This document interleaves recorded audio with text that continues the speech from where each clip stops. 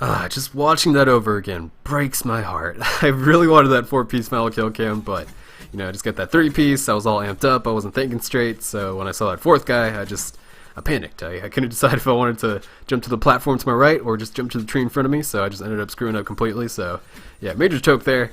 But I probably would have won that if the tree wasn't there. So let's go ahead and blame Treyarch's map design. God damn it, putting trees where they shouldn't be. But anyways, speaking of map design or new maps, obviously new maps have been out in Black Ops 3 for a while now. I think almost 2 weeks at this point. So people probably have a pretty strong opinion on them by now. Honestly, I haven't seen any videos on them or read any comment sections, and I haven't really been on Twitter to see any tweets about them. So I really don't know how people feel about them, but I'm assuming most people hate them because every time they come up in the map rotation, nobody votes for them. I mean, every now and then maybe 1 or 2 guys might, but for the most part nobody does. So I'm assuming you guys hate the new maps just based off of that, but if I'm wrong, you can go and let me know. Personally, I actually like the maps. At least I like them a lot better than the maps that came with the game. But I guess that's not saying much since most of the maps that came with the game are pretty bad in my opinion, at least for rushing. So I was pretty easy to please with the DLC this time around. All I needed was small 3-lane rushing maps, and I think we got that for the most part. Obviously Skyjack, it's just a remake with Hijack, so we knew it was going to be a small 3-lane map, perfect for rushing, just like Black Ops 2. Gauntlet is a really interesting map. It has 3 different environments that's never been done before, so that's an interesting aspect of that map. And it's also small, pretty small at least, and it's 3 lanes, so it's good for rushing too. And Rise, I can't really comment on Rise since I've only played it like 2 or 3 times, so I need to play it a bit more before I can say anything about it. Splash though, Splash is just beautiful. Splash is a beautiful map, so bright, colorful, love the water park and pirate theme. It just makes you happy playing on it. As soon as you spawn in, you're just instantly happy. At least that's how I feel about it. The gameplay can be a bit off at times because there's just so many random places, random nooks and crannies for the enemy to hide in, so it can kind of throw the gameplay off at times, but I like Splash, it just makes me happy playing on it. So overall, I think the multiplayer maps this time around are pretty solid, at least 3 out of 4, so that's good enough for me.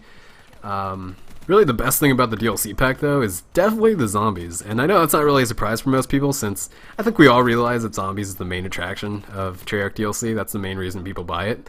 I've seen multiple times in the past people ask Treyarch to just sell the zombies map individually, so yeah, trust me, I know how popular zombies is, but I'm a multiplayer guy. I usually ignore zombies, but this time the zombies map is just so good that I can't ignore it. Like, I actually want to play it more than the new multiplayer maps, so yeah, they definitely hit a home run with Der Eisendrache, and I know that's not how you pronounce it, trust me, I know how uptight zombies fans can be with their German pronunciation.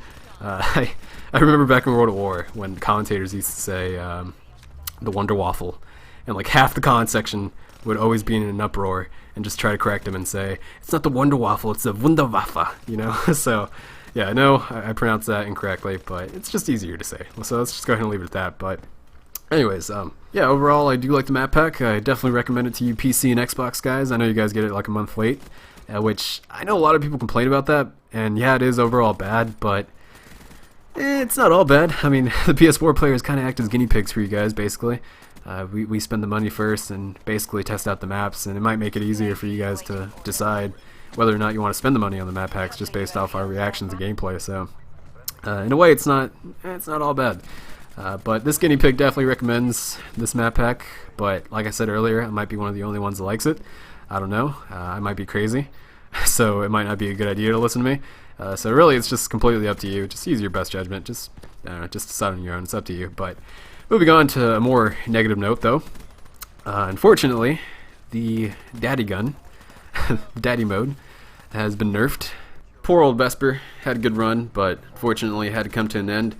I saw it coming. I mean, it was the #1 banned gun in competitive, and people were constantly tweeting Vonderhaar and Treyarch to nerf it, so I had a pretty good feeling it was going to happen, and it definitely did. I mean, they added a ton of recoil to it, so it's pretty hard to hit people from mid to long range now, unless you burst fire it, and I'm pretty sure they did something to the ADS time and the hip fire spread, so it's definitely nothing like the gun it used to be, but I definitely wouldn't say rest in peace Vesper. I've seen a few people say that the gun's now useless, but it really isn't. It's still a really good gun because they didn't change the fire rate or the damage to the gun as far as I know, so it still does what it does best. You can still rush an enemy, get in their face, and just absolutely melt the crap out of them. So that's what the Vesper does best, in my opinion. That's why I always pulled out a Vesper. Whenever I pull out a Vesper, it's because I'm going to rush an enemy, get in their face, and just instantly delete them off the map. So the fact that I can still do that I'm fine with a nerf. I really don't care. I think the Vesper's still just a great SMG for rushing. It's definitely not the go-to gun. It's definitely not the daddy gun anymore. You know, it's not it's not good for like every scenario now, but it's still a good gun. You know, I'm okay with the nerf for the most part. But actually, I gotta be honest. Just hearing the word nerf, it kind of triggers me. Like nerf is kind of my trigger word, because I mean, why do we have to make things worse? Can't we just make things better? Instead of making the good guns shittier, can't we just make the other guns better so they can compete with the good gun? I don't know, I just hate when good guns are made worse. I know a lot of people give Treyarch shit for the DSR nerf back in Black Ops 2, but I still haven't forgiven them for the PDW nerf. You guys remember that gun? The PDW was orgasmic. It was so good. And then they nerfed it, and nobody ever used it again. It was just gone and forgotten. Everybody just went to the MSMC. So I hate when that happens. I hate when they nerf a gun to almost complete shit. And luckily it hasn't really happened in this game, but it might. I mean, if they keep nerfing things at the pace that they're nerfing them, and people keep complaining about guns, they might nerf a gun to shit. I mean, people just complain about every gun in this game. Like, I've seen a complaint about every single gun in this game. I've seen the Kuda's OP, the VMP's OP, the Pharaoh's OP. I saw somebody say the Weevil's OP. Can you believe that? The Weevil is overpowered in some people's minds. Like, people's perception of overpowered is like really just amazing. Like, you know, every now and then, there definitely is a gun that's just way too good and definitely needs a nerf. Like, when I think of overpowered, the first gun, or guns that come to mind, is are the Akimbo Model 1887s from MW2. Like, those guns were just ridiculous. They needed to go. Like, they needed a nerf. Playing against Akimbo Model 1887s, it was just blinding rage. Blinding rage pretty much every game. And if you played against a 6-man party running Akimbo Model 1887s, oh my god, that was the closest I came to throwing a controller across the room. And I've never thrown a controller before. I've never like punched the wall, I've never raged hardcore, but that was the closest I ever came to like throwing a controller, like spiking on the floor. So yeah, there's definitely been instances in Call of Duty history where like a gun is truly overpowered, but for the most part, I think people just tend to throw that word around way too easily, and then they just over-exaggerate. You know, anytime like a gun's good, like people just label it as overpowered for the most part, and I don't know, I hate that. But I don't know how I got off on that rant. Sorry. Like I said, the word nerf just triggers me, so sorry about that. But that's all I had to say, though. I guess I'll just go ahead and end the commentary. Before I go, though, I just have to give a quick thanks to Blame Truth. He just randomly decided to give me a shout-out, so that was definitely nice of him. He didn't have to do that, so big thanks to him. And I also have to congratulate him on the new car. That is one sexy car and one sexy man. My god, look at that facial hair.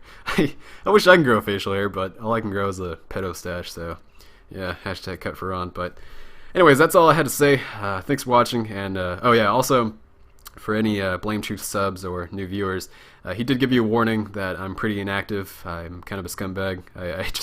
I'm not really consistent with YouTube or Twitch, so yeah, you already got your warning, and there it is again. So yeah, I'm a pretty big scumbag. You'll get used to it eventually, or maybe not. I don't know. But anyways, thanks for watching, and I will see you guys next time I'm on YouTube or Twitch.